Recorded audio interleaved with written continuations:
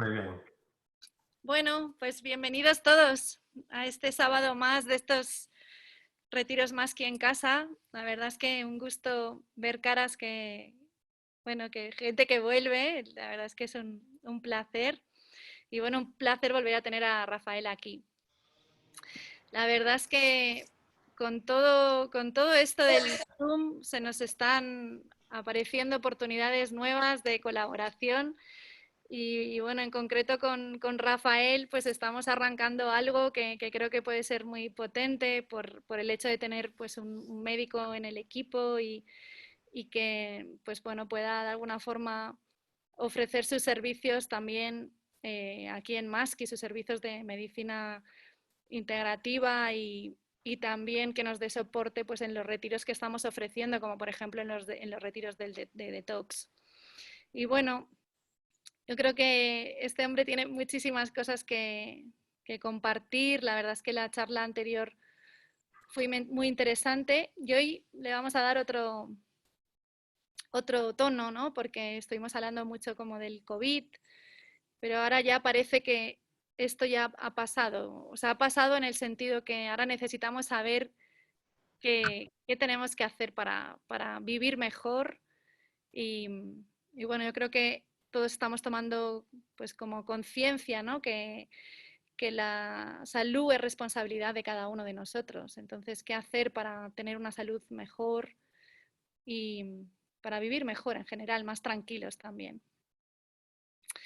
Así que, Rafael, todo tuyo. Pues muy bien, muchas gracias. Bueno, vamos a ver cómo que en el plazo que me habéis dado de una hora, hora y pico, podemos hablar de un tema tan interesante como es el tema del ayuno, ¿no?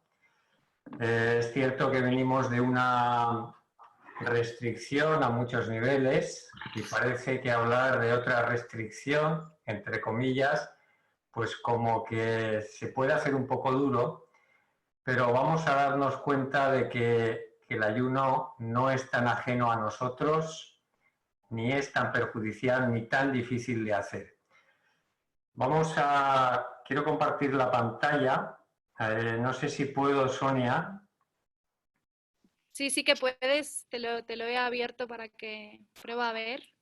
En principio tiene que funcionar. Vale.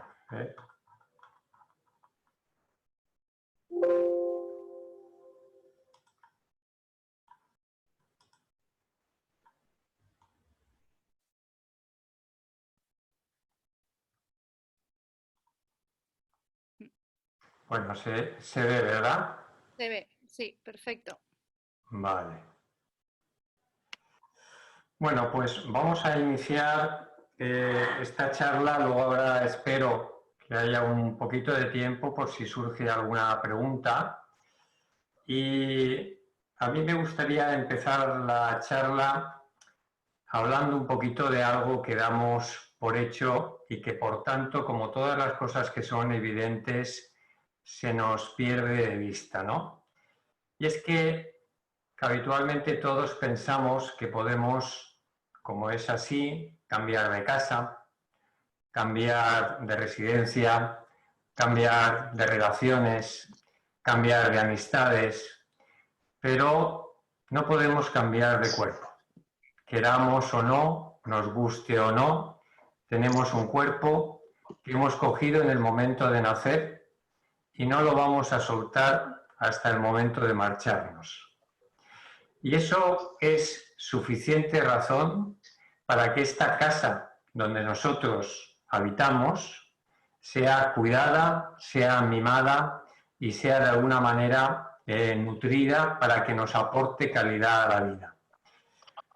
En este sentido, a mí me gustaría que comprendiéramos que el ayuno es una estrategia, que podríamos decir una estrategia de higiene y una estrategia terapéutica, porque la vamos a utilizar tanto a nivel de prevención como a nivel de terapia, de tratamiento, que podemos incorporar de muchas maneras en la vida cotidiana, en el día a día. Y vamos a hacer en esta pequeña charla un repaso muy breve, pero un repaso que nos hable o que nos sitúe el tema, que nos diga qué es el ayuno, qué tipos de ayuno podemos tener, qué es lo que se produce en el cuerpo durante la privación de alimento, cuáles son los mitos que tenemos en el ayuno, porque se oyen tantas cosas que luego cuando uno va a ver la realidad, uno se da cuenta de que no es más que mito, de que no es más que una idea errónea, un falso positivo, ¿no? Y vamos a ver un tema que está relacionado directamente con la espiritualidad, con la trascendencia y en este caso que a mí me ocupa con el yoga, ¿no? Realmente el punto 5 de las indicaciones del ayuno, pues no vamos a poder abordarlas porque lógicamente entraríamos en un terreno mucho más terapéutico y evidentemente tampoco hay tiempo para ello, ¿no? La idea de esta charla es que, bueno, os familiaricéis con una estrategia y que podamos utilizar esta estrategia de manera cotidiana y amistosa para producir cambios en nuestra salud y en nuestro bienestar. Dejadme que introduzca un poquito el tema, porque el ayuno se ha utilizado a lo largo de los siglos, sobre todo en dos grandes vertientes. En la vertiente relacionada con la salud, con el cuerpo y con la enfermedad, por tanto, a nivel de la prevención, a nivel de la terapéutica, a nivel de la medicina, pero se ha utilizado también de una manera tremendamente importante y masiva en el campo de la espiritualidad y en el campo de la religión. No vamos a ocuparnos de ese aspecto, digamos, tradicional, religioso, más que dando algunos apuntes en relación a lo que es el yoga, y vamos a centrarnos sobre todo en el campo de la salud.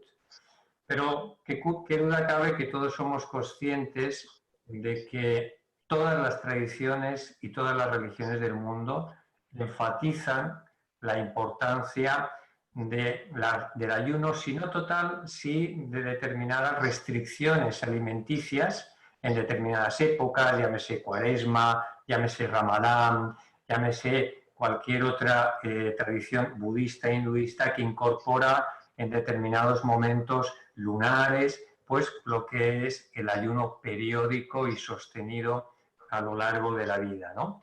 Y todo ello por razones que van evidentemente mucho más allá de la salud y de la prevención y que contemplan, digamos, el aspecto más trascendental del hombre, como después podremos ver cuando abordemos un poquito lo que es el yoga, ¿no?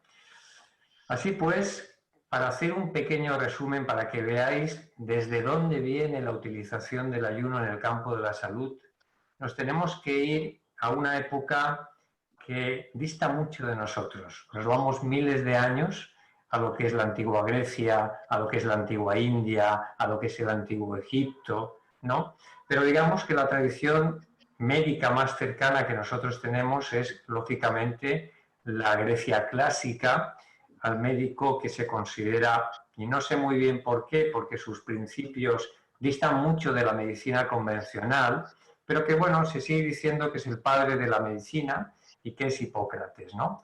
Hipócrates decía cosas tan interesantes como, por ejemplo, alimentar al enfermo es alimentar la enfermedad. Y nosotros ponemos la atención un poco en observar la naturaleza, observar a los animales, nos damos cuenta que una de las primeras cosas que realizan cuando enferman es precisamente ayunar. Todos somos conscientes de que tenemos, en los momentos en que nos encontramos enfermos, una pérdida de apetito y una máxima necesidad de descansar, como si tuviéramos que centrar, localizar y dirigir las energías disponibles hacia la recuperación y no hacia la incorporación de nuevo alimento que requiere, no lo olvidemos, una gran cantidad de energía para poder metabolizar y digerir ese alimento, esa sustancia externa y extraña a nosotros que introducimos día a día a través de la boca y del aparato digestivo, ¿no? Plutarco, otro griego, decía: en lugar de medicarte, ayuna por un día. O Paracelso, ya en la Edad Media, nos decía: el ayuno es el mejor remedio, es el médico interno. Y vamos a darnos cuenta que esta gente, sin tener los medios tecnológicos, la ciencia que nosotros podemos presumir, sabía muy bien de lo que estaba hablando, porque nosotros vamos a corroborar cuáles son esos beneficios, esas razones de por qué en la antigüedad se recomendaba el ayuno como uno de los grandes remedios terapéuticos. Y si nos vamos de cultura, nos vamos a la antigua India, a la Ayurveda, que tiene también miles de años, nos encontramos con esta frase que dice: incluso la comida, que es la vida de los seres vivos, si se la toma de manera inadecuada, destruye la vida, mientras que el veneno, que por naturaleza es destructor de la vida, si se lo toma de la manera adecuada, actúa como un elixir. Así que nos encontramos con que la cuestión de la nutrición, de la toma de alimento o de la ausencia de alimento, se convierte en el soporte de la vida o en el soporte de la enfermedad.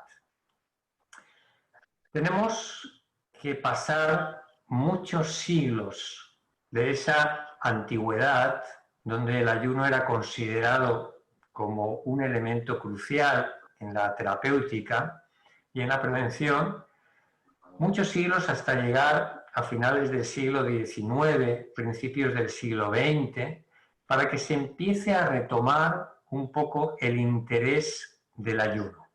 No vamos a entrar en esa historia, pero es cierto que la situación social de primeros de siglo, salvo fuera de círculos más relacionados con el naturismo hipocrático, con la medicina hipocrática retomada, como vemos aquí algunos médicos suizos, alemanes, franceses, pues realmente la situación sociopolítica de las dos guerras, de la gran gripe que hubo en el 1918, de la pobreza, pues como que no hacían muy atrayente la idea de tener el ayuno como algo terapéutico, como algo necesario en el campo del cuidado de la salud.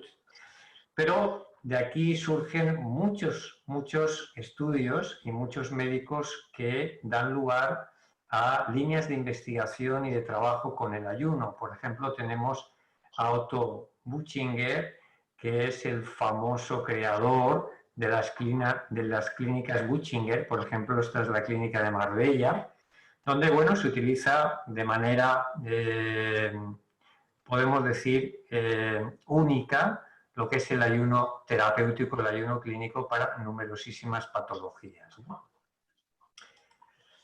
Pero fijaros qué ha ocurrido en las últimas 2 décadas, desde prácticamente el inicio del siglo XXI. Esta es una base de datos PubMed, que es la mayor base de datos de artículos médicos, que pertenece a la Librería Nacional de Medicina de Estados Unidos. Prácticamente todos los artículos de investigación clínica y médica se publican aquí. Y fijaros esta gráfica que saqué ayer de los estudios, de los artículos publicados en relación con lo que es el ayuno. Prácticamente hasta principios del siglo XXI, el número de publicaciones realmente es muy pobre. Pero fijaros que desde el año 2000, en que el número de publicaciones registradas es de 7.159, se ha pasado al año 2019 a 24.754. En total hay registradas, hablando de los efectos del ayuno, a un número total de 386.588 artículos.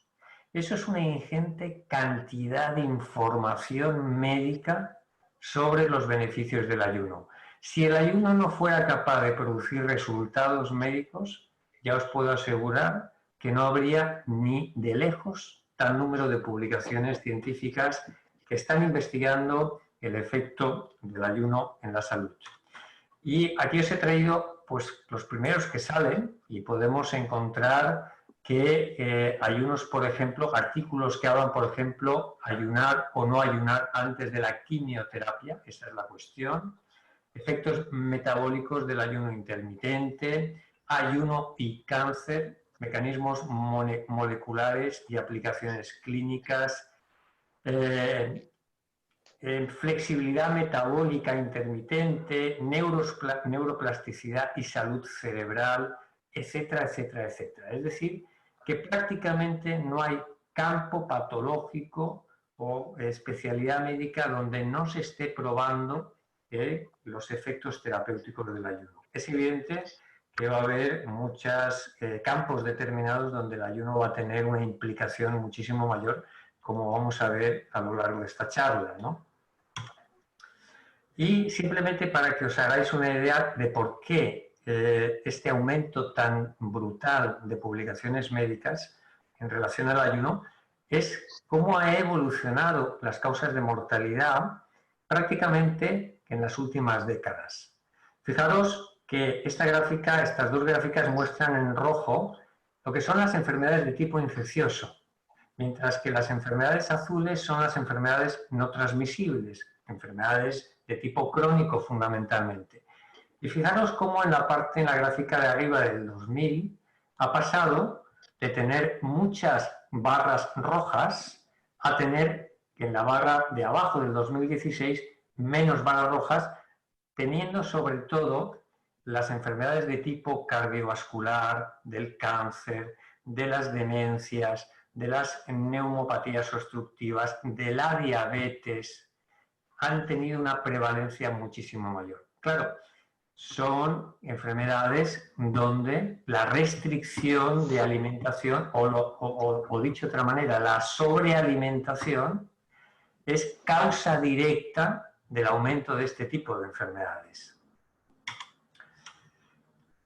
Y nos vamos a dar cuenta también de que las enfermedades no transmisibles de tipo crónico, metabólico, van en relación directa también con el nivel de vida. Fijaros en la gráfica de arriba, en países prácticamente del tercer mundo, como la patología principal sigue siendo una patología transmisible, una patología de tipo infeccioso.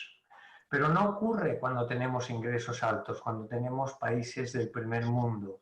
Aquí precisamente las causas de enfermedad, las causas de mortalidad, la patología de mortalidad está relacionada clarísimamente con nuestro estilo de vida y con nuestro estilo de comer, ¿no? Otra gráfica que nos habla, fijaros, de los porcentajes de las enfermedades. No vamos a insistir ahí, pero sí me voy a detener en una verdadera epidemia que es muchísimo más importante que el COVID-19 y que causa mucha más mortalidad directa o indirecta, que es el sobrepeso y la obesidad. En las últimas décadas, el sobrepeso y la obesidad ha crecido de manera exponencial. Fijaros que en 2016, datos de la OMS, de la Organización Mundial de la Salud, 1.900 millones de adultos tenían sobrepeso. Es decir, un índice de masa corporal entre 25 y 30. Y más de 650 millones eran obesos. Si tenemos en cuenta que tenemos una gran parte de la población de los 7.500 o 7.600 millones que somos, que pertenecen al tercer mundo, donde hay más hambruna que sobrealimentación, nos encontramos con que un altísimo porcentaje del mundo de la población del primer mundo es obesa o entra dentro de la categoría de sobrepeso. Esto, como vamos a ver, conlleva importantes consecuencias en la salud, por una sencilla razón, porque nosotros pensamos que la obesidad y el sobrepeso es una cuestión básicamente de dos cosas. Porque se nos ha remarcado hasta la saciedad, ¿no? Se nos ha dicho, si estás obeso, si tienes sobrepeso, es porque comes demasiado y te mueves poco y haces poco ejercicio. Pero nos vamos a dar cuenta de que no es lo que nos dice la investigación clínica. La obesidad no es solo una cuestión de calorías ingeridas o de calorías gastadas. La obesidad y el sobrepeso es un trastorno metabólico. Uno engorda porque tiene un metabolismo alterado. Y ese metabolismo alterado hace que utilice las calorías de determinada manera que las almacene en forma de tejido graso. Así que no basta con corregir la ingesta de calorías o el desgaste o el gasto de la caloría, sino que debemos de corregir lo que es el metabolismo, la causa subyacente al aumento de peso. Porque en función de este trastorno metabólico se van a producir como consecuencia un montón de enfermedades derivadas de ellos. Y la enfermedad que fundamentalmente arraiga en el sobrepeso es la diabetes tipo 2, que conlleva la misma tasa de crecimiento exponencial en las últimas décadas y que es parejo, por tanto, al crecimiento y a la prevalencia del sobrepeso y de la obesidad.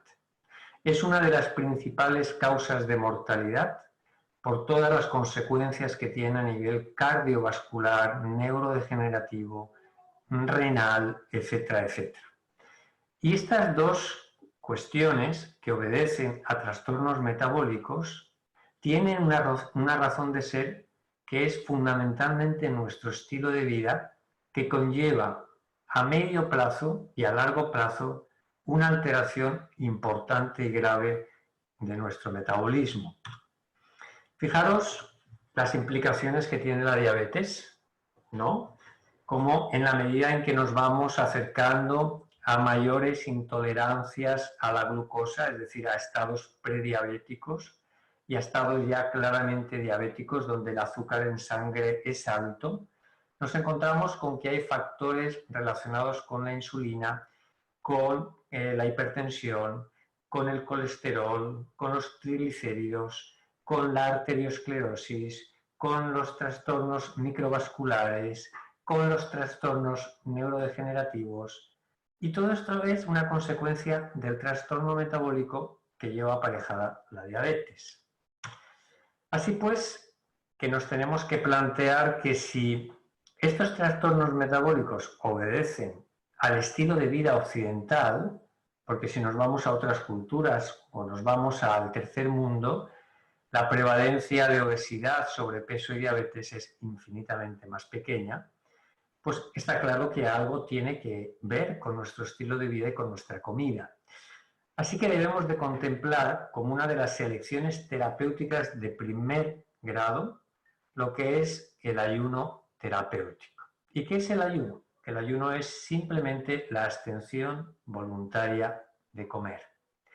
Y esto es muy importante porque tiene que ser voluntaria y es bien distinta de lo que nosotros conocemos o vemos como inanición, que es la consecuencia de la falta de comida, de la ausencia de nutrientes y, por tanto, de la desnutrición crónica que acontece, como podemos ver en la foto, en numerosísimas poblaciones del mundo, ¿no? ¿Por qué encuentro yo y nos encontramos todos los que de alguna manera contemplamos el ayuno tan favorable, con tanto rechazo cuando lo planteamos a un paciente, cuando lo planteamos a determinadas personas, cuando de alguna manera se habla, hay un rechazo general a dejar de comer? La primera razón es por desconocimiento, es decir, como veremos después, cuando hablemos un poquito de los mitos relacionados con el ayuno, nos vamos a encontrar con que la gente no sabe qué es el ayuno. Y si no sabe qué es el ayuno o la confunde con desnutrirse, pues es evidente que no es una opción factible en la vida cotidiana, ¿no? Vamos a tener también creencias erróneas alrededor del ayuno. Y no nos damos cuenta, sin embargo, que estamos todos los días ayunando. Todos los días estamos intercalando periodos de nutrición y periodos de ausencia de nutrición. Todos los días pasamos muchas horas, especialmente nocturnas, donde no damos de comer al cuerpo. Y de hecho utilizamos una comida para salir del ayuno nocturno, que es el breakfast, que es la ruptura del ayuno, el desayuno, ¿no? Y hay una razón fundamental para mí, que es que estamos en la época y en la era de la abundancia y del consumo, ¿no? Todo nuestro estilo de vida está basado en cuanto más, mejor. Más comida, más bebida, más medicación, más tecnología, más diversión, más placer, más dinero. Evitamos a toda costa sentirnos cerca de algo que huela a sufrimiento, sacrificio, placer. Buscamos el placer a corto plazo por encima de cualquier otro motivo, ¿no? Y hay una razón desde mi punto de vista también importante, especialmente para nuestras generaciones, quizá no para las generaciones tan jóvenes, y es que venimos de una generación de nuestros padres y de nuestros abuelos que ha sido marcada profundamente por la guerra civil, por las guerras mundiales, por una época de privación. Con lo cual es evidente que se nos haya transmitido la necesidad de comer, la necesidad de nutrirnos, la necesidad de que la nutrición y la salud van de la mano. Y es cierto, es así, pero no hasta el punto de abusar de la nutrición, que entonces en vez de un factor de salud se convierte en un factor de enfermedad. ¿Y cómo han evolucionado, por tanto, estos hábitos dietéticos? ¿Qué es lo que ha pasado en las últimas décadas? Este estudio que hizo en un organismo de Estados Unidos, hizo una encuesta sobre el estado de la salud y la nutrición de los años 70. Fijaros, qué curioso, ¿no? Nos dice, un americano medio hacía 3 comidas al día, por lo que comía en una ventana, en una franja de aproximadamente 10 horas, entre lo que podía ser las 8 a las 9 de la mañana y las 7, las 8 de la tarde, ¿no? Y tenía un ayuno aproximadamente de unas 14 horas. Bien, esta ventana de comida y de ayuno es lo que ahora llamamos ayuno intermitente. Es cierto que tenemos rangos de ayuno intermitente mayores, con mayor rango de ayuno y menor ventana de alimentación. Pero en realidad, en las décadas anteriores, prácticamente la totalidad de la población estaba haciendo ayuno intermitente.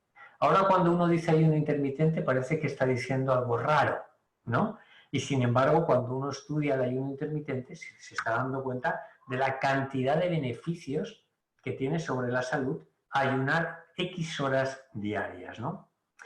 Progresivamente, en estas décadas, desde los años 70-80, hemos ido aumentando no solo la cantidad de comida por comida, sino el número de comidas hasta llegar a 5 o 6 comidas y más a nivel de picoteos, tentempiés, bebidas distintas del agua, porque el agua no se lleva bien cuando nosotros queremos socializar. Si queremos socializar y esto es algo cotidiano, debemos de tomar algo con alcohol, algún refresco con azúcar, etcétera, etcétera. Eso evidentemente interrumpe completamente las horas de ayuno. Así que nos pasamos realmente, prácticamente, lo que antes era ayuno, ahora lo pasamos comiendo. De tal manera que nos pasamos 16 y a veces 18 horas introduciendo alimento al cuerpo y apenas 4 o 6 horas de ayuno terapéutico, de ayuno diario, que evidentemente deja de ser terapéutico porque no tenemos tiempo suficiente para que el organismo haga todos los reajustes que tiene que hacer cuando no se introduce comida en el cuerpo. Así que en esta pequeña clasificación de los tipos de ayuno nos encontramos que si los clasificamos por el tiempo, por la duración, nos encontramos con ayunos que son breves, de menos de 24 horas, de moderados, que son de 1 a 3 días, y prolongados, que son de más de 3 días. Podemos hacer también una clasificación respecto al tipo de ayuno. En realidad, un ayuno como tal no es más que la restricción de todo tipo de nutriente, pero podemos considerar ayuno parcial si hacemos restricción de determinados componentes, ¿no? Así que tenemos diferentes tipos de restricción. Hay ayunos que son, por ejemplo, los que utilizan los musulmanes en el Ramadán, que es un ayuno intermitente, porque es un ayuno de una franja horaria, donde no pueden comer y ni beber. Esto es bastante duro porque normalmente además se hace en una época de mucho calor y además se hace durante las horas principales del día. Y hay ausencia de comida y también ausencia de bebida, ¿no? Tenemos también ayunos donde se restringen los sólidos, pero se permite el agua, se permite el té, se permite el café, las infusiones, se permiten los caldos de verduras, los caldos de huesos, que son especialmente importantes en determinadas duraciones de los ayunos o en determinadas personas, los jugos de verduras, o podemos hacer restricciones, digamos, de principios activos, siendo la más importante la restricción de los carbohidratos y, por tanto, de los azúcares. Este tipo de dieta, que se conoce como dieta cetogénica, es realmente interesante porque en muchos aspectos simula, sin necesidad de hacer tanta privación, ciertos resultados que produce el ayuno más riguroso. ¿Cuánto se puede ayunar? Cuando uno piensa en el ayuno, piensa que uno no puede durar mucho tiempo sin comer. Uno puede decir, bueno, quizá unos pocos días, ¿no? Pero fijaros que el ayuno más largo, detallado, supervisado, fue el que hizo en la década de los 60 este escocés Angus Barbieri, de 27 años, que cuando inició el ayuno pesaba 207 kilos y cuando lo terminó pesaba 86 kilos. No comió absolutamente nada durante 382 días, es decir, más de un año, donde solo recibía un multivitamínico, pero no recibía ningún tipo de alimento ni comida. Perdió a lo largo de esos 382 días 121 kilos y continuó vivo para contarlo. Bien, ¿qué podemos hacer? ¿Cómo podemos establecer diferentes estrategias de ayuno? No es necesario que nos vayamos a un retiro, que nos vayamos a una forma alejada de nuestro vivir cotidiano para poder hacer un ayuno prolongado. Podemos tener a veces resultados muy interesantes simplemente incorporando periodos breves de ayuno diario o de ayuno semanal. Así, los ayunos intermitentes, que son ayunos breves de menos de 24 horas, nos encontramos con que tenemos diferentes opciones, desde hacer más o menos horas de ayuno, reduciendo o ampliando la franja del día donde comemos, pero es cierto que en esa franja de ayuno-comida, para que realmente podamos empezar a tener resultados, nos tenemos que ir a un mínimo de 14-16 horas de ayuno. Y esto no penséis que es difícil, realmente es bastante sencillo. Basta atrasar un poco el desayuno y adelantar un poco la cena para que ya estemos haciendo un ayuno intermitente, para que demos tiempo a la fisiología a entrar en fase de ayuno y que podamos empezar a notar los beneficios que luego vamos a ver. Podemos hacer esto de manera diaria o podemos hacerlo de manera intercalada, es decir, podemos plantearnos un ayuno intermitente 2-3 días a la semana y eso va a empezar a producir cambios en nuestro metabolismo.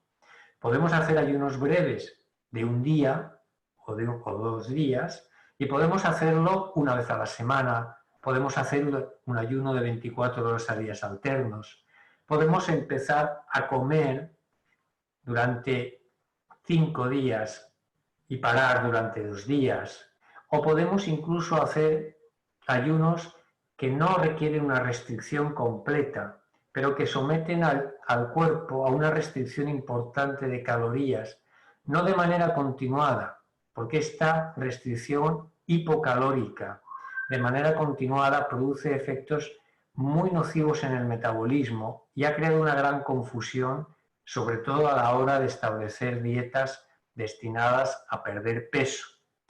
Las dietas hipocalóricas, como veremos después, lo que hacen es producir justo lo contrario. En vez de producir una disminución del peso a largo plazo, producen una disminución del peso a corto plazo y un aumento del peso a largo plazo, porque lo que hacen es cambiar el metabolismo. Pero si nosotros tenemos periodos breves hipocalóricos, donde reducimos a lo mejor las calorías habituales, de 1.500, 2.000 calorías diarias, a 500 calorías, 1.000 calorías, nos encontramos con que esos días de ayuno, de dieta hipocalórica, generan un impacto en el metabolismo muchas veces positivo si no se alarga demasiado, ¿no? Vamos a ver un poquito ahora lo que es la fisiología y los efectos que produce el ayuno. Y vamos a entrar en primer lugar sobre el principal órgano donde el ayuno incide, y es el aparato digestivo. Para mí, el Ayurveda, de donde está tomada estas dos citas, del Charaka Samhita y del Suruta Samhita, son tremendamente importantes porque nos hablan de la importancia del metabolismo. El Agni, como se conoce al metabolismo en el Ayurveda, es lo más importante para mantener la salud. Fijaros qué cosa más interesante nos dice el Tratado de Medicina Interna de Charaka. La vida, el aspecto, el color, la fuerza, la salud, el entusiasmo, el crecimiento y el desarrollo del cuerpo, el lustre, la vitalidad, el vigor, la energía, dependen de Agni, dependen del metabolismo. La cesación y los desórdenes de Agni, del metabolismo en el cuerpo, causan la muerte y la enfermedad respectivamente. Por tanto, Agni, la digestión, el metabolismo, es considerado la causa primordial del cuerpo, la causa primordial de la vida. Y el Suruta Samhita nos dice el equilibrio del Agni, el equilibrio del fuego metabólico, de la capacidad de digerir, es llamado también salud. Así que mantener la integridad, la funcionalidad de todo el sistema metabólico del cuerpo, de la capacidad de transformar una sustancia que es totalmente ajena a nosotros, como puede ser una verdura, un pollo, un huevo, en un tejido propio, en hueso, en músculo, en una neurona, en un tejido, en una célula del corazón, requiere de tal cantidad de transformaciones metabólicas y requiere de tanta inteligencia que mantener el Agni, el equilibrio de Agni, se torna un verdadero rompecabezas para la cabeza. Sin embargo, nuestro cuerpo lo hace automáticamente. No tenemos que estar pensando que nos hemos comido un pollo, que nos hemos comido una ensalada y qué tipo de enzima vamos a tener que segregar para producir la transformación de ese nutriente en un tejido propio. Toda esta inteligencia vegetativa, visceral, es automática, es involuntaria, pero no por involuntaria y automática está exenta de inteligencia, está exenta de sutileza, de sofisticación. Fijaros cuáles son los síntomas de mantener un metabolismo adecuado.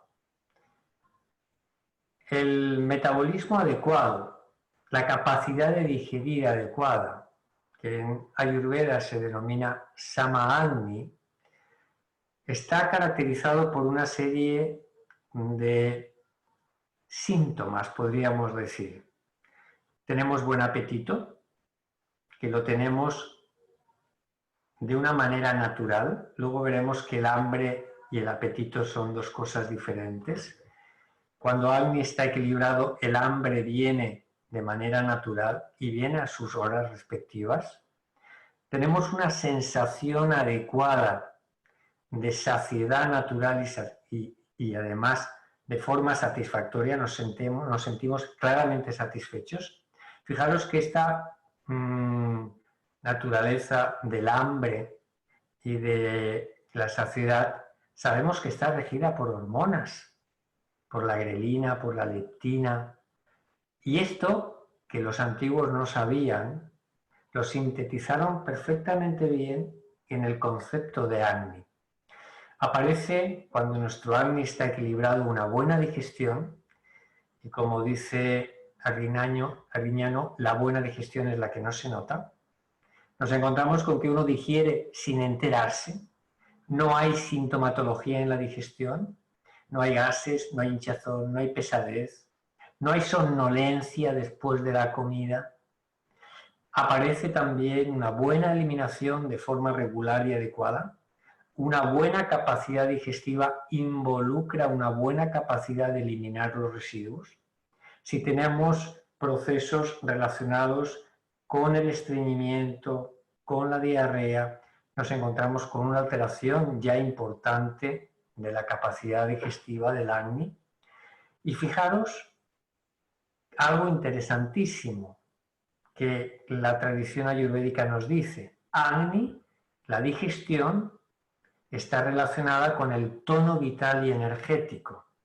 Pues sabemos que el metabolismo rige la producción de energía, que a través del ciclo de Krebs, que a través de de buen estado mitocondrial en las células, se genera la energía que nosotros necesitamos para funcionar en el día a día, que necesitan nuestros órganos para funcionar. Y esta energía es producto del metabolismo, es producto de toda una serie de reacciones y de transformaciones enzimáticas que pertenecen todos a la categoría de Agni, a la categoría del fuego metabólico. Y fijaros que hay todavía un efecto más que trasciende lo orgánico, que trasciende lo vital, que es que aparece una cualidad en la psicología. Aparece cualidades relacionadas con la motivación, con el entusiasmo, con la ligereza, con la claridad. Cuando nuestro sistema metabólico está bien, nosotros estamos bien. Nuestro estado de ánimo es estable.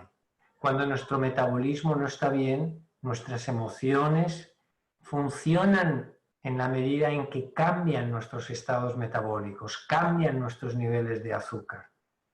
Así que la estabilidad metabólica es esencial para garantizar también un estado estable de nuestra psicología. ¿Y qué ocurre cuando tenemos una debilidad del Agni, cuando tenemos una debilidad de nuestra capacidad digestiva y metabólica? Lo primero que pasa es que perdemos la capacidad y el apetito. La necesidad de comer que empieza a perderse, uno se vuelve inapetente. Pero es que no hay capacidad digestiva. Aquello que comemos empieza a generar síntomas, empieza a generar sintomatología, mala digestión, pesadez en la digestión, hinchazón, cambios en las deposiciones, dolor, náuseas. Todo esto acontece cuando nuestra capacidad metabólica y digestiva empieza a desequilibrarse. Y si de la misma manera con un metabolismo equilibrado teníamos vigor, vitalidad, entusiasmo, aquí nos encontramos con que aparece una de las epidemias de esta sociedad, que es el cansancio, la fatiga, la inapetencia, el estrés, la pereza, la apatía, la tristeza, la ansiedad. Nos encontramos con un montón de sintomatología que nos está hablando de que nuestra capacidad transformativa de nutrir nuestra fisiología ya no es adecuada. El ayuno es una de las estrategias fundamentales para restaurar nuestro fuego digestivo. El ayuno nos permite optimizar a través del reposo de los órganos digestivos todas sus funciones. Y algo que es muy importante, cuando nosotros no hacemos una digestión correcta de los alimentos, porque ya no tenemos capacidad adecuada de digestión, nosotros debemos de valorar que la digestión es como un fuego. Y los antiguos no iban tan desencaminados porque realmente hay un fuego en el estómago, hay un fuego en el duodeno y en el intestino delgado, hay un aflujo de sangre, una secreción enzimática, que es lo que hace que todos esos alimentos se cuezan a modo de cocina, ¿no? Para permitir la transformación de esos alimentos. Cuando esos alimentos, por una deficiencia de nuestra capacidad metabólica digestiva, no son bien digeridos, en vez de formar nutrición, en vez de nutrir nuestros tejidos, lo que hacen es convertirse en toxinas. Es lo que en Ayurveda se conoce como ama. Y el ama, la toxicidad intestinal, empieza a debilitar nuestro fuego digestivo. Y entramos en un círculo vicioso. Peor digerimos, más toxicidad creamos, peor digerimos y entramos en esta dinámica donde vamos estropeando nuestro fuego metabólico. Por tanto, una de las principales recomendaciones que nosotros como seres humanos nos tenemos que plantear, pero que cualquier animal hace de manera vegetativa y de manera natural, involuntaria, es que cuando no nos sentimos bien del aparato digestivo, la respuesta adecuada es ayunar, es dejar de comer, es darle tiempo a nuestro fuego digestivo a que se recupere, y ese fuego digestivo, cuando no tiene que digerir alimento, ¿qué va a digerir? La toxicidad. Va a empezar a cocer, a cocinar la toxina que se ha ido creando como consecuencia de la mala digestión. Todo el mundo, cuando deja de comer, cuando se encuentra mal de forma digestiva y deja de comer durante unas horas, durante un día quizá, nota cómo la ligereza, como el hambre natural, vuelve de nuevo al tubo digestivo. Resultado de haber eliminado la toxicidad responsable de la creación de las náuseas, del dolor, de la hinchazón, de la pesadez, etcétera, etcétera, etcétera. Más allá del aparato digestivo, ¿qué es lo que hace el ayuno en el cuerpo? ¿De qué manera nos vamos a adaptar a una situación de comida o a una situación de no comida? Nos encontramos fundamentalmente que la comida despierta, aumenta una hormona fundamental para nosotros, que es la insulina. La insulina, segregada por el páncreas, tiene una función fundamental y es manejar los niveles de azúcar en sangre. La glucemia o los azúcares en sangre deben de estar en un rango muy, muy, muy concreto que en una persona sana. Porque tanto la hipoglucemia, las bajadas de azúcar, como la hiperglicemia, las subidas de azúcar, tienen consecuencias a veces desastrosas para la salud y para la vida. Así que la insulina es la hormona que se encarga de coger el azúcar que proviene del intestino y que ha pasado a sangre, retirarlo de la sangre y meterlo dentro de las células para que entre a nivel mitocondrial en los circuitos que generan la energía. De esta manera, la comida aporta vía insulina la energía celular que necesitamos para realizar todas nuestras funciones. Pero, ¿qué ocurre? Que comemos muchas veces más de lo que las células son capaces de almacenar a nivel o de utilizar, mejor dicho, como energía. Y el organismo tiene mecanismos a través de la insulina para almacenar ese exceso de azúcar, de energía, en forma de glucógeno. Esos depósitos de glucógeno, que podríamos decir que son depósitos de rápida y libre disposición, también tienen una limitación. Se llenan con relativa facilidad. Es como que su capacidad es pequeña. Tenemos un depósito mayor en el hígado de glucógeno y también tenemos depósitos de glucógeno a nivel muscular fundamentalmente. ¿Por qué? Porque los músculos requieren mucha energía para funcionar en el día a día. Y el cerebro necesita mucha energía en forma de glucosa que tiene que ser aportada de manera inmediata cuando no hay comida por los depósitos de glucógeno del hígado. Pero si estos depósitos de glucógeno se llenan, y repito, se llenan fácilmente con las comidas que hacemos a lo largo del día, la insulina empieza a derivar ese exceso de azúcares y de nutrientes hacia un tejido que es la grasa. Así que si nosotros tenemos que hacer responsables de nuestro tejido graso y del aumento de nuestro peso y de nuestro tejido adiposo a alguien, no lo vamos a hacer a las calorías de manera directa, sino que vamos a hacer responsables al nivel de insulina que nosotros tengamos. ¿Qué quiere decir esto? Que si fuera una cuestión solamente de calorías, todos los individuos que comiéramos las mismas calorías tendríamos el mismo peso, o al menos tendríamos el mismo porcentaje de tejido graso. Pero no ocurre así, porque la utilización que hacemos de esas calorías es bien distinta. Y hay individuos, como por ejemplo los individuos de constitución Vata en el Ayurveda, la constitución de aire, que cataboliza la energía rápidamente y almacena poco esa energía.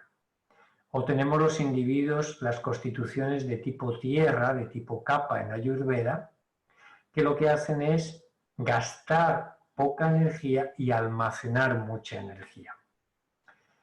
Y esto viene vehiculizado por la insulina. Y además, la insulina no solamente responde a la ingesta de hidratos de carbono y una pequeña cantidad de proteínas, sino que además responde a ciclos circadianos, es decir, que en la medida en que pasan las horas del reloj, tenemos diferentes secreciones de insulina en respuesta a la comida que nosotros ingerimos. Así que podemos tomar 1000 o 800 calorías en la comida que no van a producir la misma respuesta insulínica y por tanto la misma transformación en tejido graso que si tomamos esas mismas calorías a la hora de la cena, durante ese periodo nocturno, la respuesta insulínica es mayor. Así que un hidrato de carbono, una pizza tomada por la noche, tiene una influencia en el sobrepeso mucho mayor que si la tomamos por la mañana o a mediodía. ¿Qué ocurre, por tanto, cuando no hay disponibilidad de comida? Cuando estamos en un proceso de abstención de comida y, por tanto, de ayuno. En primer lugar, tenemos una bajada de azúcar. Si no pasa azúcar del intestino a la sangre, entonces nos encontramos con que la insulina no se segrega. ¿Para qué? Si su función es coger el azúcar como si fuera un mensajero, un transportador, y llevarla a las células o a los depósitos donde se almacena la energía. Si no hay un exceso de azúcar, no hay razón para que la insulina suba. ¿Y qué ocurre cuando tenemos niveles bajos de insulina? Como el azúcar se tiene que mantener estable, entonces aparecen mecanismos que tienen que ver con el catabolismo, que tienen que ver con la oxidación y la quema, con el sacar energía de los depósitos donde hemos almacenado la grasa, perdón, la energía, que es el glucógeno y la grasa. Así que si queremos nosotros empezar a utilizar esos depósitos de energía, necesariamente tenemos que mantener niveles bajos de insulina. Si nosotros tenemos niveles altos de insulina, es imposible que podamos catabolizar grasa del organismo. Imposible. Porque la insulina tiene la función contraria y lo que va a hacer es meter, aunque las células estén llenas, aunque los depósitos de glucógeno estén llenos, va a intentar meter la energía ahí. Cuando ya no puede más, va a meterlo en las células del tejido graso. Y qué curioso, es el único depósito donde no hay límite para almacenar energía. Podemos llenar los depósitos de glucógeno, pero no podemos llenar los depósitos de grasa. Podemos crear más y más tejido graso en el organismo hasta reventar. Bien, así que cuando nosotros tenemos una disminución de la insulina, tenemos fundamentalmente cambios en el metabolismo de las grasas. Y esto es importantísimo para poder trabajar con todo lo que tiene que ver con los trastornos metabólicos relacionados directamente con el ayuno. Cuando nosotros tenemos niveles altos de insulina, ¿qué ocurre, por ejemplo, cuando estamos haciendo tantas comidas al día? Estamos constantemente produciendo picos de insulina. ¿Qué hace un pico de insulina? Baja el nivel de azúcar. ¿Qué produce una bajada de azúcar? Deseo de volver a comer. Y entonces nos encontramos con que estamos todo el santo día picoteando, porque el nivel de azúcar no es estable. Y no es estable porque el nivel de insulina tampoco lo es. Como no tenemos niveles bajos de insulina, la capacidad de utilizar nuestra propia energía almacenada en forma de glucógeno o en forma de grasa se ve imposibilitada. Y entramos en una dinámica donde dependemos absolutamente del aporte externo de energía en forma de alimento o de bebida. Aparece una rigidez metabólica que es la responsable de los periodos donde no podemos utilizar nuestra energía. Fijaros que el equilibrio entre las horas de ayuno y las horas de comida van a permitir estabilizar los niveles de insulina, y si nosotros estabilizamos niveles de insulina, entramos en lo que llamamos una flexibilidad metabólica. Esta flexibilidad metabólica significa lo siguiente, que el organismo no tiene dificultad para pasar de una fuente externa de energía a una fuente interna de energía, manteniendo los niveles de azúcar y los niveles de energía estables a lo largo del día, a lo largo de la noche. Aproximadamente medio kilo de grasa tiene unas 3.800 kilocalorías. Nosotros habitualmente solemos comer, por término medio, una media de 2.000 kilocalorías al día. Eso permite mantener todo nuestro metabolismo basal, es decir, todo el funcionamiento del organismo, aunque no hagamos ninguna actividad externa, pero el corazón funciona, los pulmones funcionan, las células funcionan, el cerebro funciona, todo eso requiere energía. Y ese metabolismo basal hay que sumarle el consumo de nuestras actividades diarias, el ejercicio físico, el trabajo, las relaciones, el estudio. Aproximadamente nos encontramos con que si tenemos una vida normal, podemos meternos en un gasto total de 2.000 kilocalorías, 2.500 si hacemos más ejercicio, más deporte, más trabajo. Fijaros que medio kilo de grasa tienen 3.500 kilocalorías. Podríamos funcionar perfectamente día y medio con medio kilo de grasa. Y os puedo asegurar que el organismo tiene muchos kilos de grasa y cuando entramos en sobrepeso y en obesidad, muchísimos más kilos de energía almacenada. Bien, no vamos a entrar en estas fases del ayuno, pero las voy a resumir de la siguiente forma. Cuando dejamos de comer, primera cosa que pasa, se agotan los niveles de azúcar en las células, se agota el nivel de azúcar en la sangre, se empieza a liberar azúcar del glucógeno hepático y muscular. Ese glucógeno tiene una vida útil, tenemos depósito suficiente para día y medio aproximadamente, entre día y 2 días. A partir de ahí es cuando se pone en marcha la quema de grasa, el tirar de nuestro tejido graso. Por tanto, los ayunos que son cortos y breves no tienen la misma influencia sobre la quema de grasa que los ayunos moderados o prolongados que van más allá de las 48 horas. Por eso es tan interesante plantearnos cuando tenemos realmente problemas de sobrepeso, o problemas metabólicos, introducir ayunos moderados y no solamente ayunos breves. Pero cuando estamos haciendo ayunos intermitentes o cuando estamos haciendo ayunos semanales, entonces vamos a empezar a generar una tendencia a utilizar y a compensar los días hipocalóricos o de ausencia de calorías externas.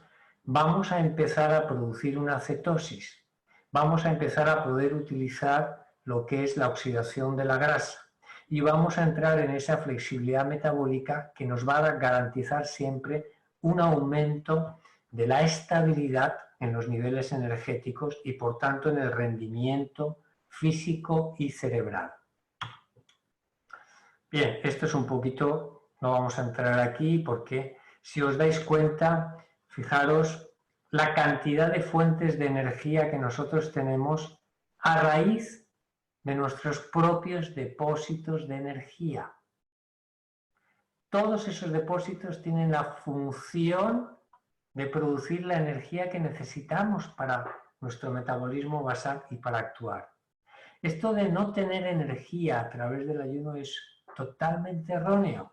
Si tenemos una gran cantidad de depósitos, es como decir, tenemos dinero en el banco, pero nos pilla muy lejos para sacarlo. Cuando no tenemos flexibilidad metabólica, los depósitos grasos se encuentran muy alejados de nosotros. No están a mano, no podemos echar mano de ello, de tal manera que cuando baja el azúcar porque falta la alimentación, se desploma la energía, se desploma la vitalidad, se desploma el metabolismo. Pero cuando tenemos esa flexibilidad metabólica, cambiamos una fuente de energía por otra fuente de energía. ¿Vale? Fijaros que ocurren cosas interesantes que vamos a utilizar con esta diapositiva que hace referencia a nuestra herencia genética. Nosotros tenemos una genética que está más cerca de tolerar el ayuno que de tolerar la sobrealimentación. Por una sencilla razón. Nosotros venimos de unos ancestros que eran fundamentalmente cazadores-recolectores. Cazaban para sobrevivir, recolectaban en los campos para sobrevivir. Eso significa que la disponibilidad de comida no era permanente. La mayor parte de la humanidad, del tiempo de la humanidad, la norma era la ausencia de comida. Lo anómalo es la vida que nosotros tenemos ahora, donde abrimos la nevera, donde bajamos a la calle y tenemos supermercados llenos de comida. Genéticamente, nuestros genes no entienden de supermercados, de frigoríficos llenos, ni de congeladores llenos. Entienden que el alimento hay que buscarlo. Entienden que el alimento hay que esforzarse en buscarlo y en conseguirlo. Así que nuestros genes están dispuestos y preparados para el ayuno habitual. ¿Y eso qué quiere decir? Porque si nosotros ahora vemos que una persona que empieza a ayunar durante un día tiene ese desplome vital, en ese estado es imposible encontrar comida. Pero resulta que no es un problema de la ausencia de comida, sino, como decía, de la falta de flexibilidad metabólica. Porque cuando nosotros tenemos un ayuno, resulta que aparecen cambios hormonales tremendamente interesantes. El primer cambio hormonal es el aumento de la hormona del crecimiento. El aumento de la hormona del crecimiento, que es una hormona tremendamente importante para mantener, podemos decir, los tejidos magros del organismo, la masa muscular, una hormona relacionada con el antienvejecimiento. Esa hormona aumenta en muchas veces durante el ayuno. ¿Y eso qué hace? Mantener la masa muscular. Porque si yo tengo que salir cuando no dispongo de comida a buscar comida y no tengo energía muscular o pierdo músculo, es evidente que no puedo tener la capacidad física necesaria para la supervivencia. Pero además es que en el ayuno aumenta la adrenalina. Y la adrenalina nos da un chute de energía. Aporta energía a los sistemas metabólicos y al sistema muscular para que tengamos el ímpetu y la energía necesaria para enfrentarnos a la búsqueda de alimento, bien a la caza, bien a la recolección, bien al esfuerzo físico que requiere encontrar alimento. Y la adrenalina además mantiene la tasa metabólica e incluso la eleva. Cuando nosotros estamos ayunando, por paradójico que parezca, entramos en una fase de mayor tasa metabólica para garantizar precisamente ese exceso de actividad que necesitamos para la búsqueda de alimento. Y a mayor tasa metabólica significa que quemamos más grasa. Se favorece hormonalmente la quema de grasa. Y fijaros que uno de los mecanismos por los cuales se produce energía en ausencia de azúcar son los ácidos grasos que provienen de la grasa y los cuerpos cetónicos que provienen de los ácidos grasos. Hay muchos tejidos que pueden utilizar los ácidos grasos como energía directamente, pero el cerebro no. El cerebro solamente utiliza el azúcar, la glucosa, y curiosamente una de las cosas que se producen durante el ayuno, que son los cuerpos cetónicos. Durante el ayuno, el cerebro se alimenta en un 75% de cuerpos cetónicos. Fijaros qué bien preparada está la fisiología para que cuando nosotros no nos alimentamos y el cerebro no tiene suficiente glucosa, tenga asegurada su nutrición, tenga asegurado su suministro de energía. Porque es fundamental que el cerebro esté óptimamente funcionando cuando nosotros necesitamos sobrevivir, cuando nosotros necesitamos afrontar un reto como es la búsqueda de alimento, como es la búsqueda de la supervivencia. Así que toda nuestra genética está preparada para garantizar la mayor eficiencia de nuestra fisiología cuando no comemos. O cuando comemos en exceso no hemos tenido todos un estado de pesadez, somnolencia, confusión, pereza. El ayuno produce todo lo contrario, todo lo contrario. Y vamos a terminar esta sección muy rápidamente, no vamos a entrar en detallar esto porque prácticamente ya lo he dicho. Estos son mitos que no son reales con respecto al ayuno. Ayunar hace que no tengas energía, falso. Lo que hace que no tengamos energía es la rigidez metabólica que no permite que utilizamos la grasa, o el glucógeno es fácil, pero la grasa fundamentalmente como fuente de energía. Si ayunas tendrás el azúcar bajo. Mentira.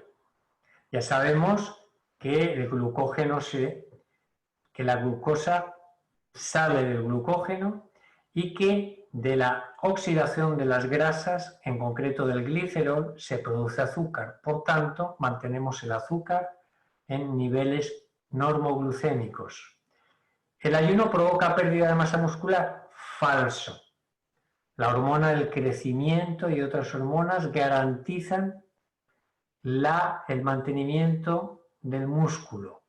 La masa muscular es la última que se pierde y eso solo acontece cuando nuestras reservas energéticas de grasa caen por debajo del 4%.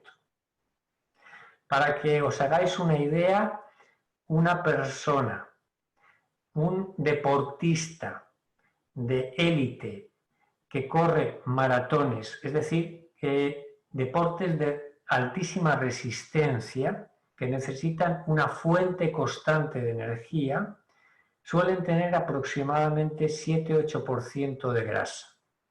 En esos casos hay un aporte de energía del tejido graso.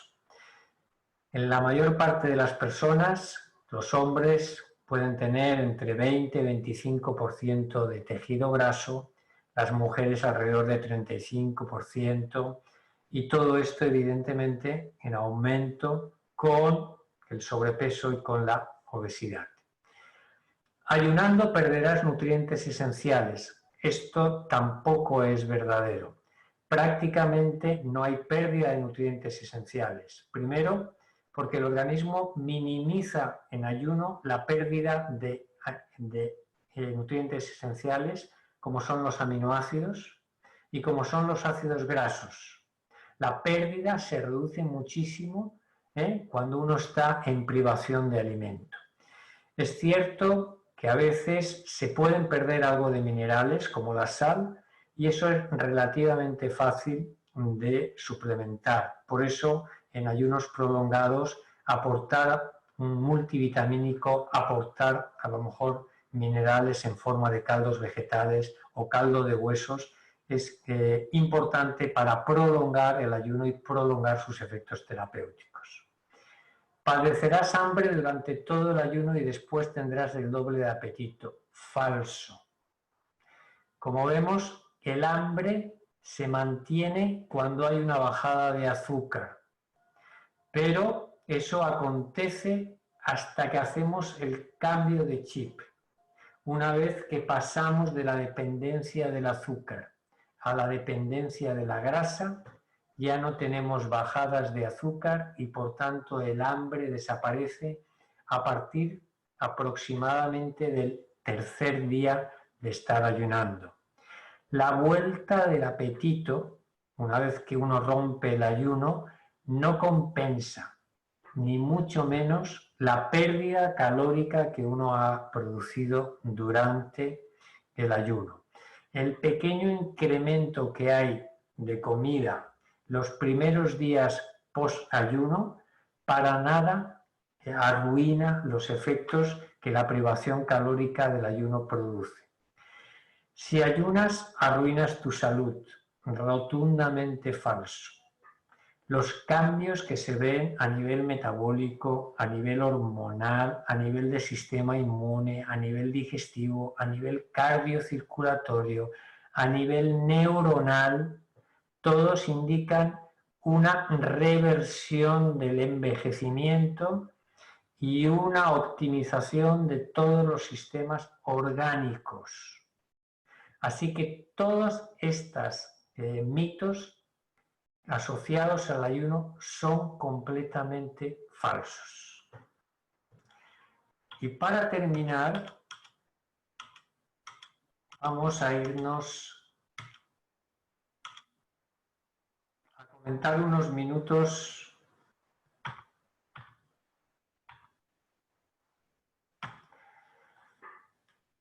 algo o la visión que podemos obtener desde el lado del yoga o desde el lado de la espiritualidad. ¿Por qué es tan importante el ayuno en las tradiciones religiosas y espirituales? Fijaros una cuestión muy simple. La física nos dice que hay 4 campos fundamentales que conforman toda la creación. Un campo totipotencial, desde el cual surge en estado inmanifiesto todo lo demás, y surge un campo de información, un campo de energía y un campo de materia. Si nosotros hacemos un paralelismo, nos encontramos, si veis aquí a la izquierda, nos encontramos que si cogemos una lavadora, la lavadora en sí representaría a la materia, está hecha de determinado material y representa un campo, por tanto, de materia. Pero esa lavadora, si no está conectada a la energía eléctrica, no puede entrar en funcionamiento. Así que necesitamos de un campo de energía, en este caso la electricidad, que anima el funcionamiento de la lavadora. Pero esa lavadora, si no tuviera un software, si no tuviera un campo de información, que son los diferentes programas de lavado, prelavado, programa de licado, de ropa de algodón, etcétera, etcétera, tampoco sabría qué hacer o tampoco tendría posibilidades de modificar su comportamiento.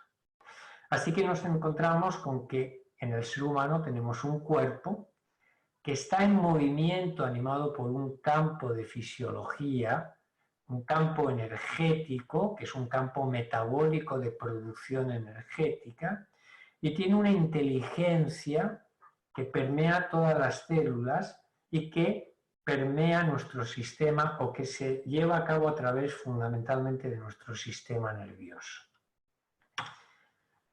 Este paradigma de la física cuántica tiene su equivalencia en el paradigma védico, que es un paradigma bien distinto al occidental. Y la única diferencia es que nos habla de que ese campo de vacío cuántico es un campo de conciencia. El campo totipotencial de donde surge la información, la energía y la materia es un campo de conciencia. Esa es la gran diferencia con la ciencia occidental. Esos campos manifiestos de información y energía y materia, que son campos de cualidades, según el paradigma védico al cual pertenece el yoga, cualidades que tienen que ver con el conocimiento, la información, la claridad, la pureza, la felicidad, la serenidad, en relación al campo de sattva, en relación al campo de la energía, todo lo que tiene que ver con el movimiento, el deseo, la pasión, la agitación, la expansión, el trabajo y todo lo que tiene que ver con el campo de la materia, la inercia, la pereza, el sueño, el abatimiento, la pesadez, en realidad son cualidades que están tanto en el mundo objetivo como en el mundo subjetivo de cada uno de nosotros. Así que nosotros podemos entender que estas cualidades van a hacer que cada uno de nosotros estemos más anclados en un campo relacionado con la materia, relacionado con la energía o relacionado con la información. ¿A dónde quiero ir con todo esto? Nosotros, cuando nos vamos a la ciencia del yoga, más allá de lo que en Occidente se conoce como yoga, un conjunto de posturas, de técnicas energéticas, posturales, de técnicas de relajación, nos encontramos que en la tradición, que en las fuentes del yoga, que el yoga se define siempre y exclusivamente en relación a la mente. Es decir, que la función del yoga es producir un cambio en el estado de nuestra mente, no en el estado de nuestro cuerpo, ni en el estado de nuestra energía, sino en el estado de nuestra mente. Así se describe clásicamente que nosotros podemos tener una mente impulsiva, una mente inquieta, y eso significa que el campo de energía, que en la terminología védica se conoce como rayas, está aumentado. Hay un exceso de energía en el sistema de excitación que hace que nuestra mente esté inestable, que esté agitada, que esté dispersa. Por el contrario, cuando nuestra mente se encuentra en estado de torpor, de pesadez, de somnolencia, tenemos que hay un aumento en el sistema del campo de materia conocido como tamas, lo cual aporta esa pesadez, esa estabilidad, esa tendencia a no ver con claridad, a la apatía, a la depresión, a la dificultad de actuar en el mundo, nos falta energía. Y esto está relacionado con un exceso de tamas, con un exceso de materia en el sistema. Pero también podemos tener un estado alternante entre estados de impulsividad, distracción, agitación y estados de apatía, agotamiento, confusión, embotamiento. Y habitualmente estos son los tres estados ordinarios con los que nosotros pasamos el día a día. Así que cuando nosotros nos vamos al yoga, vemos que su objetivo es canalizar estos estados ordinarios hacia el predominio de sattva, porque sattva va a mitigar el exceso de activación y el exceso de pesadez que acontece cuando hay tamas. Así pues nos encontramos que la definición de yoga es Chitta Vritti Nirodha, es decir, un estado donde predomina sattva, donde predomina la calma, ya no hay agitación, y donde predomina la claridad. Uno no está pesado, uno no está embotado, sino que está lúcido, que ve con claridad las cosas y al mismo tiempo tiene energía, pero no dispersión, no agitación. Todas las técnicas de yoga, todas las prácticas de asana, de pranayama y todas las prácticas atencionales y meditativas buscan disminuir la agitación y el embotamiento, promoviendo la claridad, la lucidez y la serenidad. Esta es la doble cualidad que acontece en la mente cuando aplicamos de manera regular las distintas prácticas meditativas o atencionales del yoga. ¿Qué tiene que ver esto con la comida? Que es muy simple. La comida pertenece al campo de la materia, es decir, aporta, a diferencia de otras formas de nutrición como es la respiración a través del aire, del oxígeno, como es la fuente de las impresiones, de las ideas, que también forman una fuente de nutrición para nosotros como seres humanos. El alimento es la fuente energética más densa. Es una cualidad tamásica en general la de la nutrición. Por tanto, si nosotros restringimos la alimentación, vamos a llevar de manera natural el sistema a un aumento de la ligereza. Esto es algo que toda persona que ayuna va a experimentar, un aumento de la ligereza, no solamente a nivel del cuerpo, sino también a nivel de la mente. Hay grandes cambios cognitivos, atencionales, en la memoria, cuando uno está realizando ayuno. Y al mismo tiempo hay cambios en la sensación que podemos decir trascendente. Si yo disminuyo la tendencia pesada de la materia de tamas, necesariamente me elevo hacia la conciencia, necesariamente me elevo hacia lo sutil, me elevo hacia el espíritu. Por tanto, el ayuno tiende a producir la espiritualización del ser humano cuando está bien aplicado, cuando no es exagerado, cuando es capaz de ser apropiado en tiempo, en lugar, en constitución. Los alimentos en la disciplina de la Ayurveda están compuestos de diferentes elementos. Por tanto, la misma alimentación, dentro de su contexto material, va a tener diferentes grados de sutilización y, por tanto, va a aumentar, hay alimentos que van a aumentar la tendencia hacia la energía, van a ser alimentos energéticos, van a ser alimentos que llevan la mente a un estado de estimulación, de agitación, y va a haber alimentos que van a reducir la energía y van a aumentar la materia, la pesadez, van a llevar el cuerpo a aumentar, van a llevar el cuerpo a tornarlo pesado, etcétera, etcétera, etcétera. Así que la ausencia de alimentos, que es el extremo de aquellos alimentos que de alguna manera van a producir, digamos, un aumento de la ligereza y, por tanto, de las cualidades que podríamos decir superiores del ser humano. Bueno,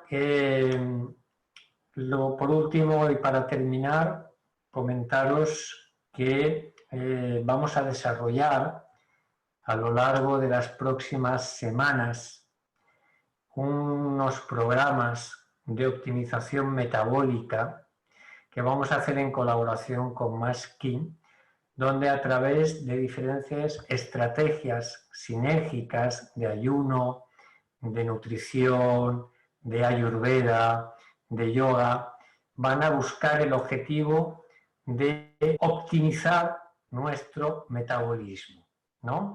Van a producir esa flexibilidad metabólica, van a producir una normalización del peso, una desintoxicación y depuración de los sistemas orgánicos y cerebrales, y van a contribuir al equilibrio emocional y la claridad mental. Vamos a desarrollar estos programas en las próximas semanas y, bueno, agradecer la colaboración de Sonia, tanto en estas charlas como en la instauración de este programa que vamos a llevar a cabo conjuntamente. Y bueno, si queréis y hay alguna pregunta, sé que se ha hecho muy tarde, pero tenemos unos pocos minutos, Sonia, para responder un par de preguntas si las hubiera, ¿vale? Sí, bueno, preguntas en principio todavía no hay. Bueno, Silvia Gener, que nos ha comentado que el hambre agudiza el ingenio, como dice el refrán, y parece ser que la ciencia lo corrobora. Y nada, y bueno, y Francisco, que da las gracias por la charla. A ver, Macu pregunta si el tipo Bata, entiendo que quiere decir Bata, es recomendable el ayuno. No, vamos a ver, esto es tan importante en Ayurveda. El aporte de Ayurveda es que va a permitirnos singularizar tremendamente lo que es el tipo y la duración del ayuno. Así las constituciones que son más ligeras, como las constituciones de aire, Vata, van a tener una menos necesidad de realizar ayuno y una menor tolerancia al ayuno. Sin embargo, las constituciones donde predomina la tierra y por tanto la materia, las constituciones Kapha, son las constituciones más idóneas para practicar el ayuno, porque además son los que presentan mayores tasas de trastornos metabólicos, porque son los que tienden al sobrepeso y hacia la obesidad y a los trastornos relacionados con la diabetes y demás. Sin embargo, si nos vamos a los ayunos breves, a los ayunos intermitentes, a los que se hacen en periodos de menos de 24 horas, todas las constituciones pueden realizarlas sin ningún tipo de problema. Olga también pregunta que cuál sería la dieta ideal para el ayuno parcial. Depende de lo que uno quiera conseguir. Es decir, el ayuno parcial, ¿a qué se refiere? ¿Ayuno de nutrientes? ¿Ayuno de tiempo? No lo sé, solamente ha dicho eso, a ver si ella nos quiere incluso ponerse el micrófono y decirlo en voz alta. Claro que sí, Sonia. Muchas gracias por esta participación y por dar esta oportunidad, ¿no? para escuchar a Rafael. Yo me refería a cómo hacer un buen ayuno, escuchando a Rafael, cómo hacer un buen ayuno a partir de ahora, ¿no? A mí me sobran unos kilitos, he cogido unos kilitos con el COVID, me sobran como 7 kilos, que yo estaba en 55 y ahora estoy en 62. ¿Cómo debo hacer una dieta sana, equilibrada, de decir, vale, no como nada durante 3 días, pero nada, nada, nada? ¿O puedo tomar agua, o puedo tomar una comida ligera de verdura, o puedo comer... ¿Cómo podría hacer una cosa sana para mí? Mira, una de las cosas que sin llegar a ser tan profundo e intenso como un ayuno prolongado de varios días, pero que sin embargo presenta numerosísimas ventajas para el poco sacrificio, entre comillas, que conlleva, Sí. es el ayuno intermitente, ¿vale? El poder restringir la franja horaria en la que introducimos alimento en el organismo produce, digamos, un aumento de la flexibilidad metabólica y por tanto una utilización de los depósitos de grasa en el organismo. Entonces, si uno quiere perder peso sin meterse en un ayuno prolongado, empezar a respetar al menos si no diariamente, pero sí a lo largo de varios días, a lo largo de la semana, 2 días, 3 días, 4 días, en función también de la propia disposición, un ayuno donde oscilemos alrededor de las 16 horas de ayuno, que no es muy complicado de hacer, basta con cenar un poquito antes o desayunar un poquito después, va a empezar a producir lo que llamamos una cetosis, es decir, va a empezar a producir una quema de grasas. Si en la franja horaria empiezas además a llevar una alimentación saludable que produzca menos estímulos sobre la insulina, vas a tender a producir una quema de grasas más continuada a lo largo de todo el día. ¿Cuáles son los alimentos que producen un subidón de insulina?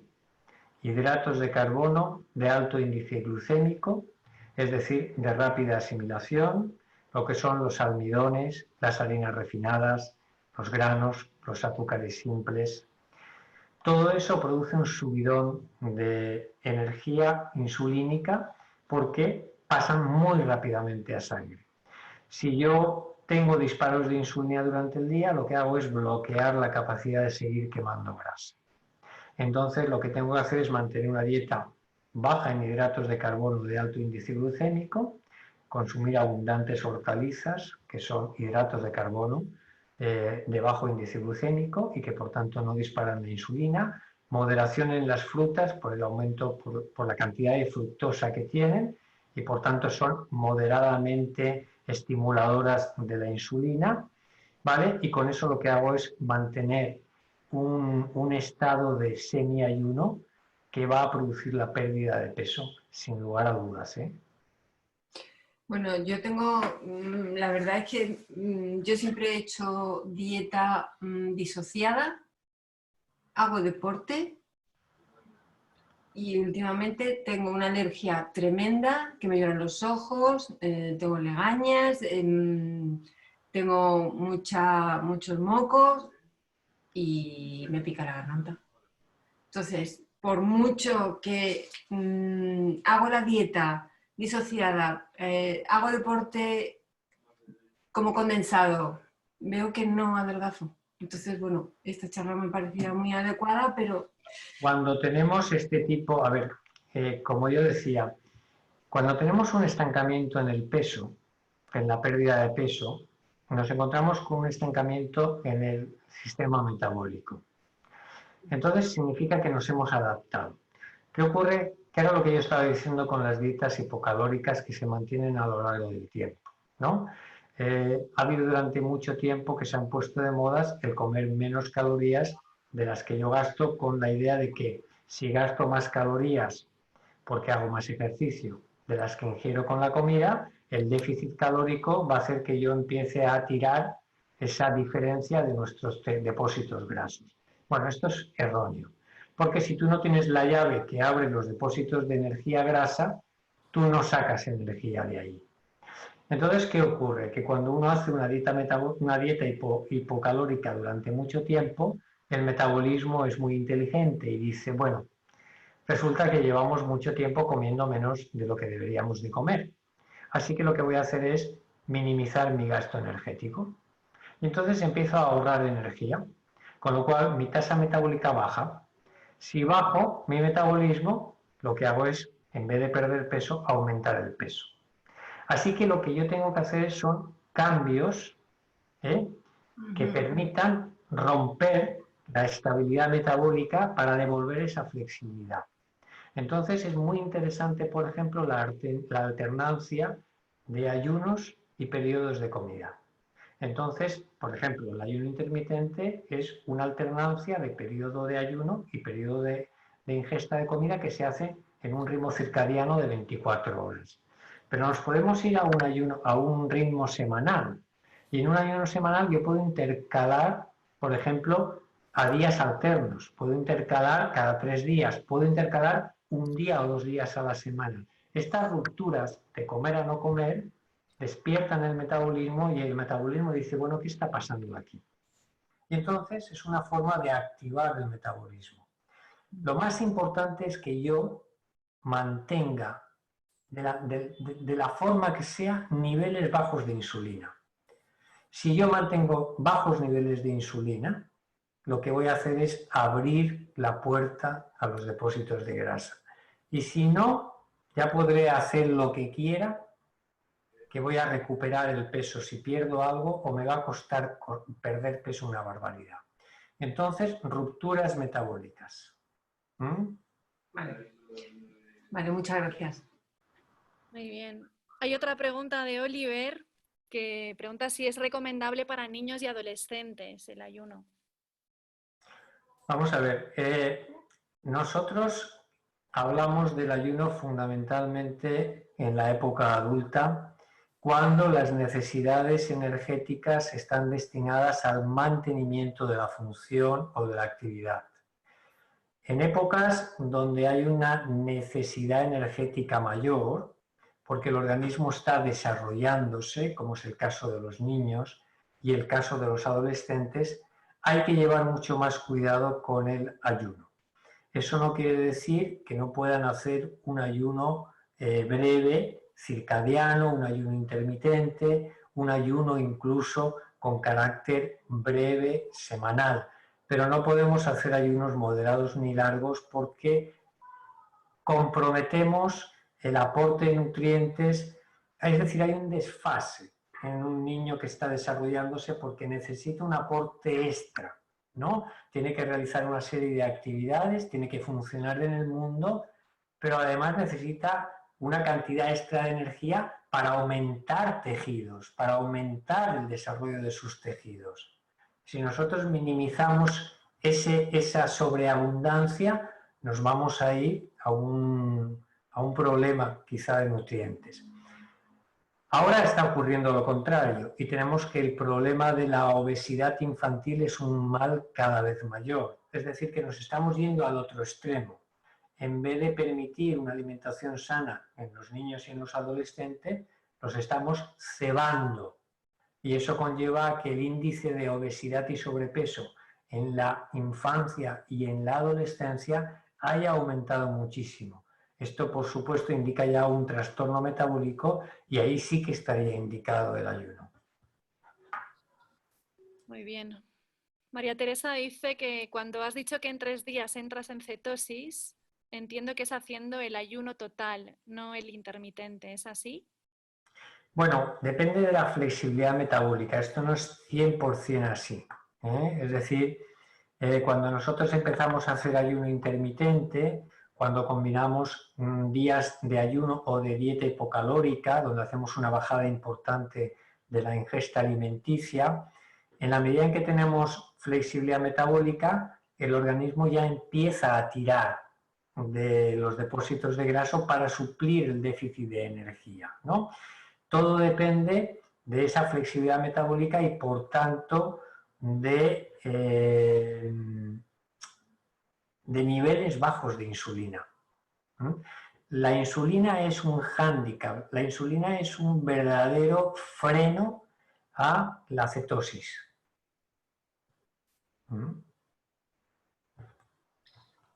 Gloria pregunta si hay algún remedio para el dolor de cabeza durante el ayuno. Bueno, hay muchos cambios que se pueden producir en el ayuno como consecuencia de ese cambio de fase, ¿verdad? Muchas veces es una cuestión de electrolitos, una cuestión de líquidos. Una de las cosas que produce el ayuno al principio es, como consecuencia de la bajada de insulina, se elimina mucho líquido. Aparece un estado de hipotensión muchas veces, ¿vale? Y de pérdida de sal. Por eso los primeros kilos que se pierden en las primeras horas, días del ayuno, no es de tejido graso, no es debido a la cetosis, sino a la pérdida de líquido que ocasiona, entre otras hormonas, la bajada de la insulina, ¿vale? Habría que llevar, digamos, un poco de cuidado con esa pérdida de líquido y aportar, digamos, electrolitos o entrar en una fase un poquito más suavizada con jugos de verduras, con caldos vegetales, etc. A ver, también han preguntado cuál sería la mejor manera de empezar y terminar un ayuno. Depende de la duración del ayuno. A ver, yo siempre digo que para hacer una transición suave, si nosotros durante unos pocos días llevamos el organismo a una menor estimulación insulínica a través de una reducción de hidratos de carbono de alto índice glucémico, vamos a empezar a acostumbrar el cuerpo a que eche mano de los depósitos grasos.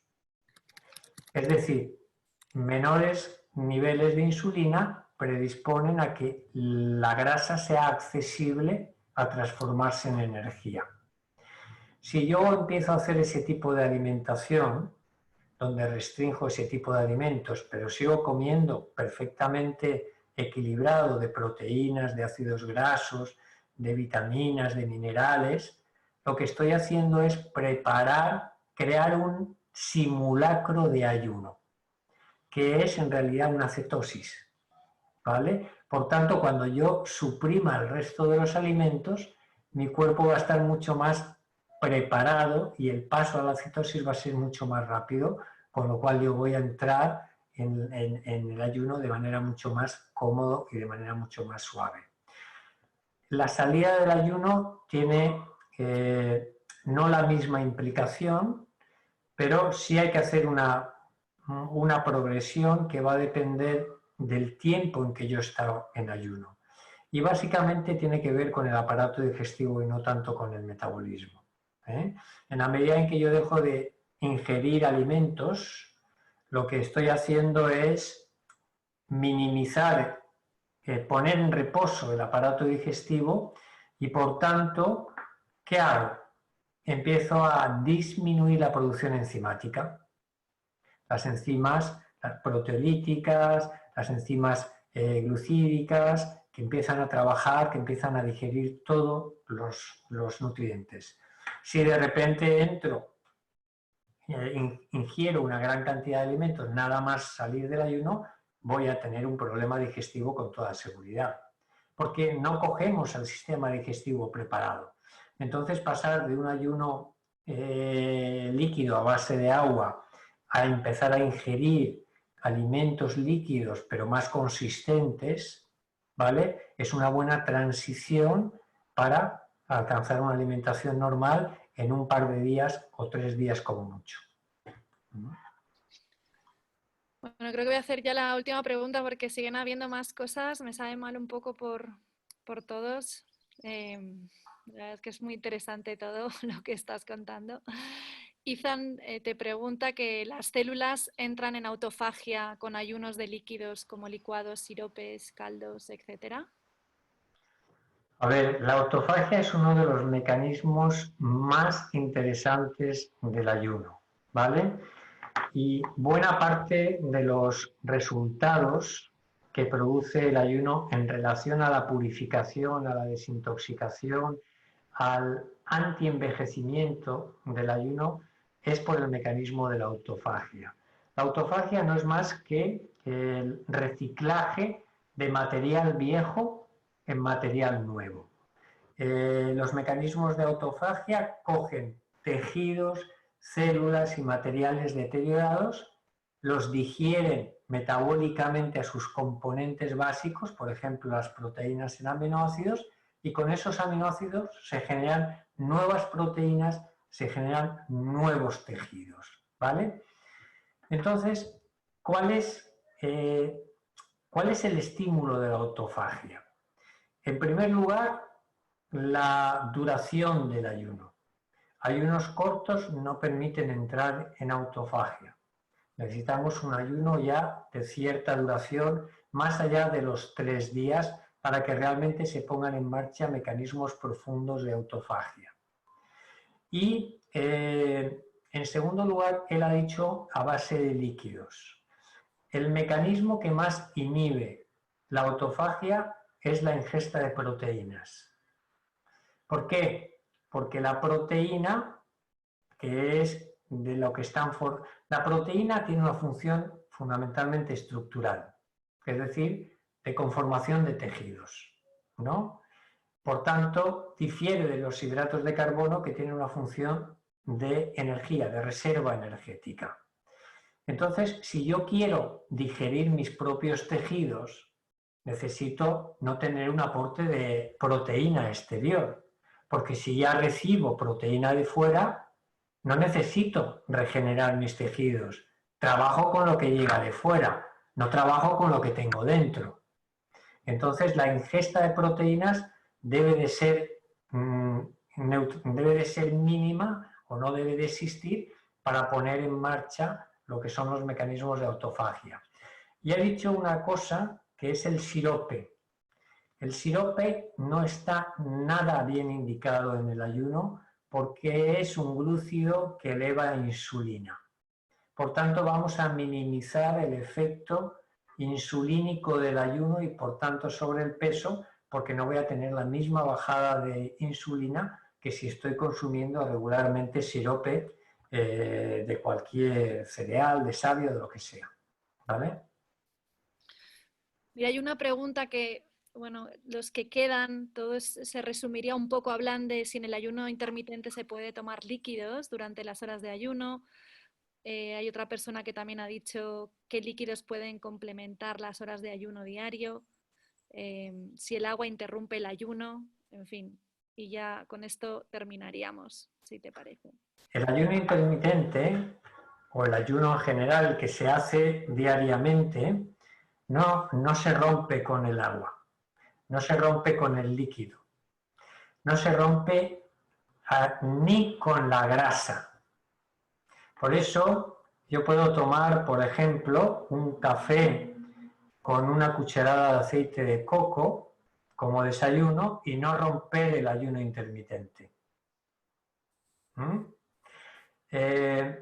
La grasa no despierta respuesta insulínica.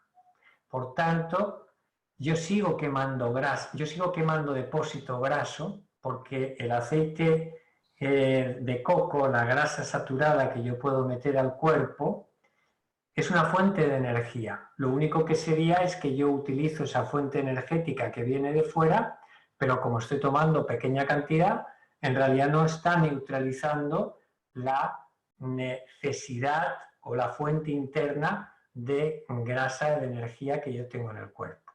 Así que puedo tomar líquidos que no sean glucídicos, que no aporten azúcares. No debo de tomar edulcorantes, no debo de tomar azúcares, no debo de tomar refrescos, pero agua, tés, infusiones, café, caldos, no rompen el ayuno. Bueno, muchísimas gracias, Rafael. Creo que ha sido muy, muy interesante para todos. Hay un montón de mensajes dando las gracias, que ha sido muy interesante. Yo también aprovecho un poco para comentar que vamos a organizar un retiro de talks ahora a principios de junio, que he puesto un link ahí, pero bueno, si alguien está interesado puede escribirnos o a través de la web, maski.es, o a través de correo electrónico, info@maski.es, en fin, está mi teléfono también en toda la publicación de Retiro Maski en Casa, está ahí varias veces que aparece para los pagos. O sea que por donde queráis nos podéis preguntar si alguien está interesado. Y bueno, Rafael, mil gracias por toda esta sabiduría que has compartido con nosotros hoy. La verdad es que hemos aprendido todos mucho y bueno, esperamos. Gracias a ti y gracias a todos por vuestra presencia, por haber aguantado estas casi 2 horas de charla. El tema del ayuno es un tema que habría que hablar mucho, pero la limitación del tiempo pues no da tiempo para más. Pero bueno, espero que os haya servido y que os anime a incorporar el ayuno como un buen compañero de vida. Pues, ojalá así sea. Bueno, mil gracias a todos por venir otra vez más. Que paséis buen fin de semana, que acabéis, pues bueno, que vaya todo bien con esta desescalada. Espero que ya podáis ir a ver a vuestros amigos y a vuestras familias. Y, en fin, os mando un beso grande desde aquí. Quedaros todos un montón. Y a los que están en ayuno, que estamos ahora haciendo un ayuno, les mando un abrazo también, que algunos los estoy viendo por aquí. Cuidaros, hola Nati. Muchas gracias. Nada, un beso a todos muy grande. Chao, hasta luego. Hasta luego. Hasta la próxima, espero veros pronto. Venga, sí. Muchas gracias, Rafael. Sí, por favor. Bueno, un abrazo. Muchas gracias. Adiós a todos. Adiós. Chao. Ay, Adiós, mi cuñada. Esto es difícil decir, quitar esto porque os veo a todos ahí. Os tengo a todos resumiditos en un palmo cuadrado. Un gusto veros aquí. Bueno, Juanjo, hablamos también. Chao.